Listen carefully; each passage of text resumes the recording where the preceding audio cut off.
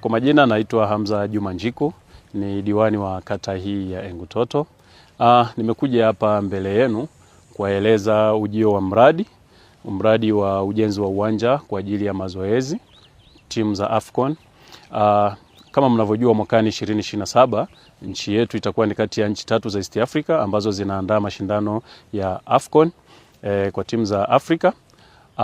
Na sisi kama wana Engutoto tumeletewa mradi wa ujenzi wa uwanja wa mazoezi katika kata yetu ya Engutoto.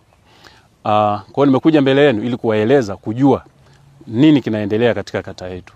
Kwa hiyo tumepata bahati, tunashukuru serikali yetu kwa kuweza kutuletea uwanja wa mazoezi katika kata yetu ya Engutoto. Mkandarasi ameshakabidhiwa site, ameshakabidhiwa eneo, kwa muda wowote kuanzia sasa ujenzi utakwenda kuanza. Uwanja utakaojengwa hapa ni wa mazoezi kwa ajili ya AFCON, lakini pia utakuwa una uwezo wa kuchukua mashabiki 5,000 wakiwa wamekaa. Kwa hiyo baada ya AFCON uwanja huu utabaki hapa na itakuwa kwa ajili ya matumizi ya mengine, na timu mbalimbali zitakuwa zinakuja kushiriki kucheza michuano mbalimbali hata ya ligi kuu, kama vile uwanja wa KMC, uwanja wa JKT Tanzania kule Mbweni au Azam Complex. Kwa uwanja wetu utakuwa na sifa na vigezo kama hivyo. Lakini uwanja huu kwa sababu ni mashindano ya AFCON utajengwa kwa vigezo vya kimataifa. Kwa hiyo utakuwa ni uwanja mzuri na ni uwanja wa kimataifa. Uwanja huu utakapokamilika utakuwa una faida zifuatazo. Kwanza, barabara za kuzunguka uwanja huu zitajengwa kwa lami. Kwa hiyo barabara zinazoingia katika uwanja huu zitakuwa ni za lami, sio za vumbi tena. Kwa hiyo itakuwa ni faida kwa wananchi wanaozunguka eneo hili la huu uwanja kwa ajili ya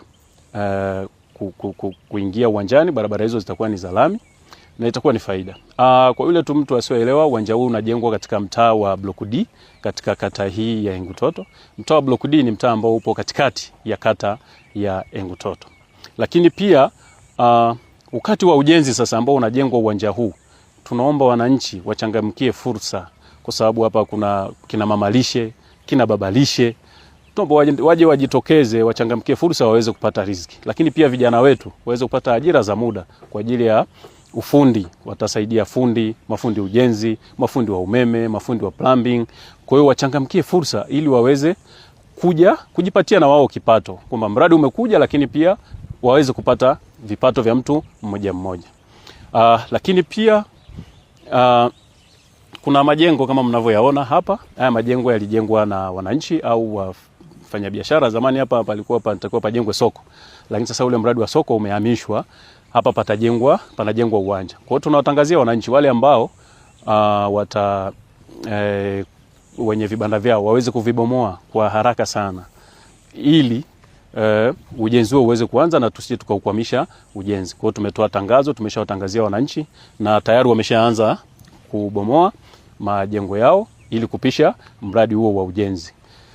Lakini pia nitoe tangazo lingine kwa wananchi ambao walikuwa wakitumia ofisi yetu ya mtendaji wa kata. Ofisi hiyo na kwetu iko katika eneo la mradi ambao utajengwa uwanja. Kwa hiyo ofisi kwa sasa imehamia katika hospitali yetu ya jiji ambayo iko jirani na eneo hili. Kwa wananchi wale walikuwa wanapata huduma kwenye ofisi hii ya mtendaji, basi wasogee katika eneo la hospitali ya jiji pale kwa ajili ya kupata huduma zile wanazopata za kiserikali. Lakini sambamba na uwanja huu utapojengwa hapa, utakuwa kuna eneo la parking ambalo litaweza kupaki magari 500 kwa wakati mmoja, na magari makubwa mawili, yani basi za zile timu kwa ajili ya parking. Kwa hiyo kutajengwa parking kubwa kwa ajili ya kupaki magari. Lakini pia nichukue nafasi hii kumshukuru Rais wa Jamhuri ya Muungano wa Tanzania, mama yetu Samia Suluhu Hassan, kwa kutuletea mradi huu, na sisi wana Engutoto tunajivunia, ni mama mpambanaji. Lakini pia tumshukuru Mheshimiwa Paul Christian Makonda, mbunge wetu wa jimbo la Arusha mjini, lakini pia waziri wa habari, sanaa, utamaduni na michezo, kwa kuweza kutupambania na kutuletea mradi kama huu kwenye kata yetu. Ni fahari kubwa sana.